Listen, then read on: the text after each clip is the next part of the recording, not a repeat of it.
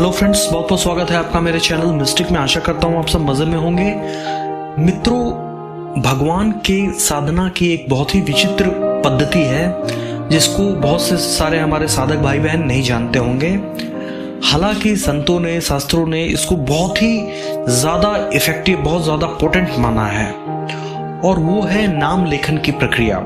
जी हाँ दोस्तों, किसी को इस बात को बताने की जरूरत नहीं है कि भगवान के नाम में अद्भुत शक्ति निहित है, और भगवान का नाम जो जाप करता है वो तो निश्चित रूप से संसार सागर को तर ही जाएगा और सांसारिक समस्याओं से भी निजात पा लेता है। लेकिन अब सवाल उठता है, भगवान के नाम को लिखने से क्या होता है, और दूसरी बात, भगवान के नाम को अगर लिखा जाए तो इसे क्या किसी तरीका का साधना माना जाएगा?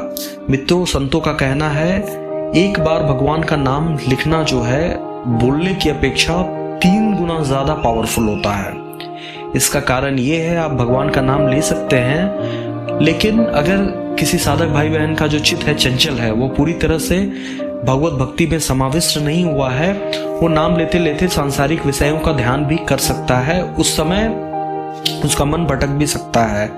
तो जो इंद्रियां उसके काम में आ रही हैं वो सिर्फ उसका मुंह है, जीवा के द्वारा वो भगवान का नाम ले रहा है। या अगर साधक थोड़ा और उन्नत हो चुका है तो वो मानसिक रूप से भगवान का नाम ले सकता है, लेकिन मन जो है बीच बीच में कभी इधर उधर भी जा सकता है। यहां भी उसका मन ही, एक इंद्रियां सिर्फ काम में आ रही है, जिससे वो भगवान के थ्रू अपना कनेक्शन एस्टैब्लिश कर रहा है। लेकिन अगर आप लिखते हैं, लिखते समय आपका हाथ इस्तेमाल हो रहा है, आपके नेत्र इस्तेमाल हो रहे हैं। आप आंख बंद करके तो वैसे तो लिखा जा सकता है, लेकिन अगर सिस्टमैटिकली आप भगवान के नाम लेखन का कोई आपका रूल फॉलो करते हैं, आपका आंख का यूज हो रहा है, आपके दिमाग का यूज हो रहा है, जिस समय लिख रहे हैं आपका सेंसेस पूरी तरह से वहां पे मोस्टली ऐसा होता है कि आ जाता है। तो हाथ यूज हो रहा है, आंख यूज हो रहा है, दिमाग यूज हो रहा है, और शारीरिक परिश्रम भी एक तरीके से हो ही रहा है। तो ऐसा करने से जो व्यक्ति, सपोज करिए एक बार किसी ने राम का नाम लिया और किसी ने राम भगवान का नाम लिखा, तो जो लिखा है उसे लेने वाले की तुलना में 3 गुने ज्यादा फल की प्राप्ति होती है, ऐसा संत महात्मा लोग बताते हैं। तो आजकल के भाग दौड़ के जीवन में यदि आप ऐसा मानते हैं, या किसी और कारणवश भी आप बैठ नहीं सकते हैं भगवान के साधना में, उनका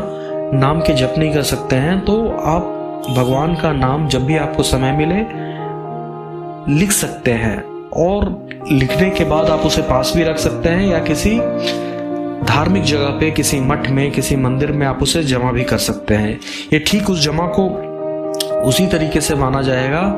फॉर इंस्टेंस, आप किसी बैंक में अपने पैसे जमा करते हैं, उस पर आपको इंटरेस्ट मिलता है, या कोई भी आपका जो सामान आप जमा करते हैं, आपने लॉकर में कुछ रख दिया, ठीक उसी तरीका से